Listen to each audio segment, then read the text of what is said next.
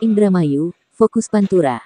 Viral pelaporan anggota DPRD fraksi PDI Perjuangan, Kabupaten Indramayu, Anggi Noviah oleh PLT Kepala Dinas Kesehatan Kabupaten Indramayu, mengusik ketenangan 6 dari 11 tenaga tidak tetap PTT Tenaga Kesehatan Nakes Klinik Putra Remaja, Jalan di Panjaitan Indramayu. 6 PTT Nakes tersebut mendatangi kantor DPRD Kabupaten Indramayu dan menemui anggota Komisi 2 DPRD Indramayu, Anggi Noviah pada Kamis, tanggal 20 Januari tahun 2022. Mereka memberikan empati kepada wakil rakyat yang sebelumnya dijadikan tempat aduan terkait nasib dan masa depan bidan dan perawat yang diangkat melalui SK Dinkes Indramayu tahun 2017. Namun sangat terpukul, ketika sosok wakil rakyat yang menerima aduan justru malah dipolisikan. Terima kasih atas dedikasi dan kebersamaannya. Atas nama pribadi dan koordinator mohon dimaafkan jika ada ucap, perilaku, dan tindakan yang kurang berkenan. Dari siapa itu? Dari penanggung jawab klinik. Siapa namanya? Iflakia Ubaidah. Itu nomornya memang nomor pribadi. Nomor pribadi, atau nomor pribadi. Karena saya merasa di sini tidak diadilkan. Saya merasa di sini kok saya sudah mengabdi boro-boro diangkat menjadi P3K atau PNS, malah saya dipangkas dan tidak ada alasan. Saya harus mengadu kepada siapa? Ya, siapa yang mau menerima saya pengabdian ini, siapa gitu? Siapa yang akan membela saya? Jadi saya melaporkan ke Bu Anggi.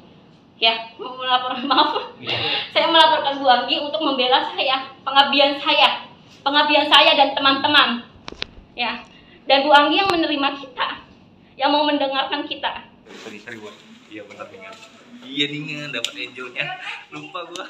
Pengabdian di Klinik Putra Remaja selama ini, kata Tiara, hanya tinggal kenangan, karena dia harus lenggang dari kantor di mana ke-11 nakes mengadu nasib membantu masyarakat walau dengan gaji yang pas-pasan harus keluar dari ruangan dengan isak tangis yang tak terbendung, setelah mendapatkan pemaparan dari para pimpinan klinik.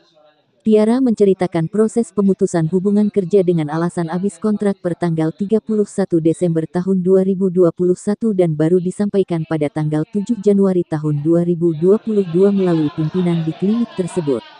Sebagai nakes PTT bekerja sejak tahun 2017 dan masuk dengan proses seleksi ketat menyisihkan ratusan calon nakes PTT, hanya 14 nakes PTT yang menempati lokasi klinik tersebut. Ia harus bisa merubah performa pelayanan dari mulai kondisi klinik sepi tanpa pasien hingga kini tempat pelayanan kesehatan tersebut sudah banyak pasien dan dilirik masyarakat. Bahkan anehnya di tahun berikutnya 2018, 2019 dan 2020 masih menerima tenaga PTT tambahan. Keenam nakes tersebut kini siap untuk memberikan kesaksian kepada penyidik Polres Indramayu, jika dirinya saat ini memang sudah tidak bekerja sebagai PTT Nakes Putra Remaja Indramayu L dan diberhentikan hanya dengan ucapan dari pimpinan klinik tanpa secarik kertas. Walaupun pada esok hari Sabtu Red mereka juga diminta tetap bekerja dan menjadi tenaga sukarelawan, Sukwan. Jadi itu saya dan teman-teman ini semua sudah mengabdi di Klinik Putra Remaja itu sejak tahun 2017. Dari awal klinik dibuka, dari klinik tidak punya pasien satupun sampai sekarang klinik sudah dilihat orang gitu.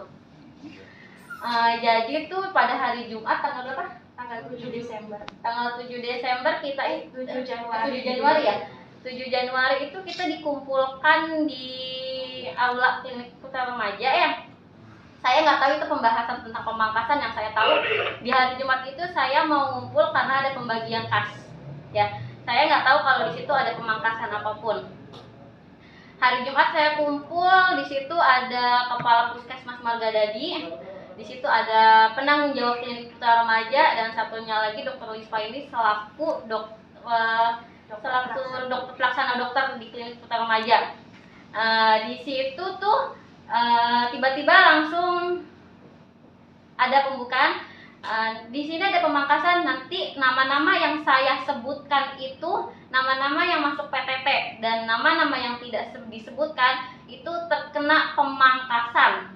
Ya, bahasanya seperti itu, terkena pemangkasan. Disebutkanlah nama-nama itu. Dan nama saya dan teman-teman yang sudah mengabdi dari tahun 2017 tidak ada yang disebutkan gitu. Berapa orang semuanya, Mbak? Semuanya tuh yang dipangkas itu semuanya tuh ada 11 orang, dan yang dipertahankan di klinik putra remaja itu ada 14 orang. Setelah dipangkas seperti itu, nama saya tidak disebutkan, nama teman-teman yang sudah mengabdi dari tahun 2017 tidak disebutkan. Sehabis itu kepala puskesmas langsung ngomong, sudah, saya tidak menerima sesi tanya jawab.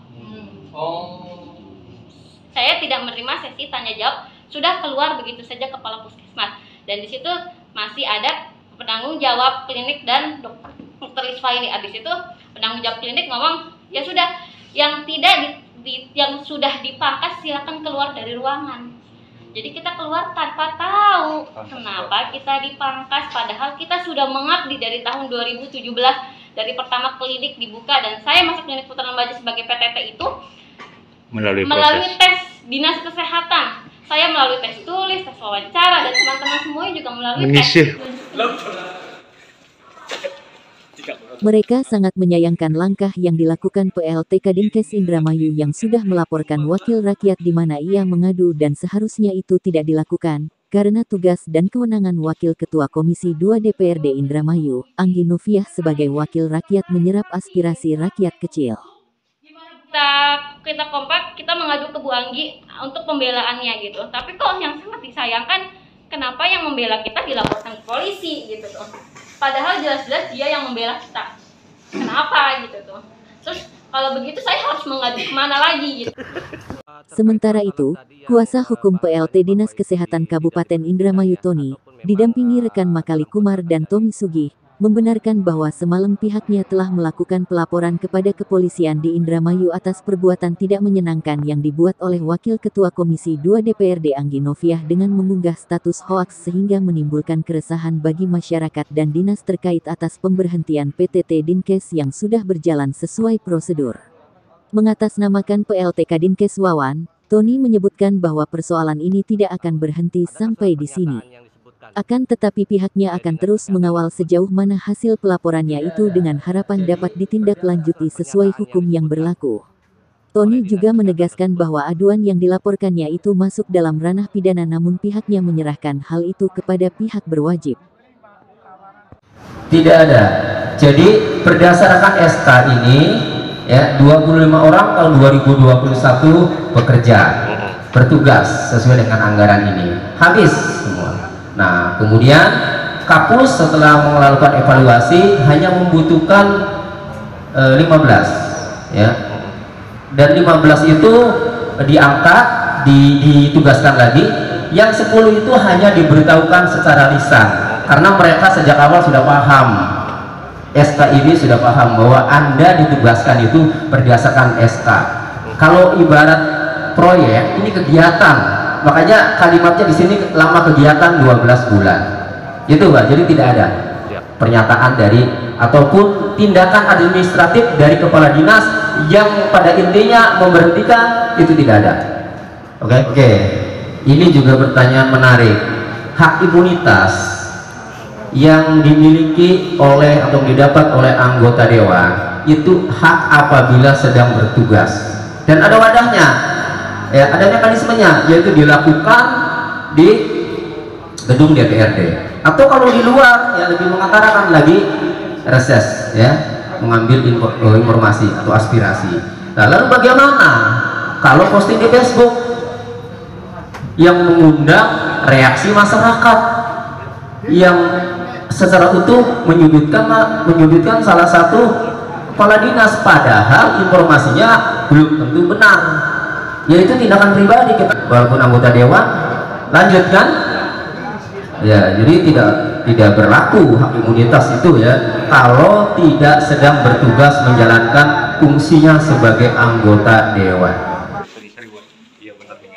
Iya nih dapat. Dari Indramayu, Jujun Juhanda Fokus Pantura melaporkan.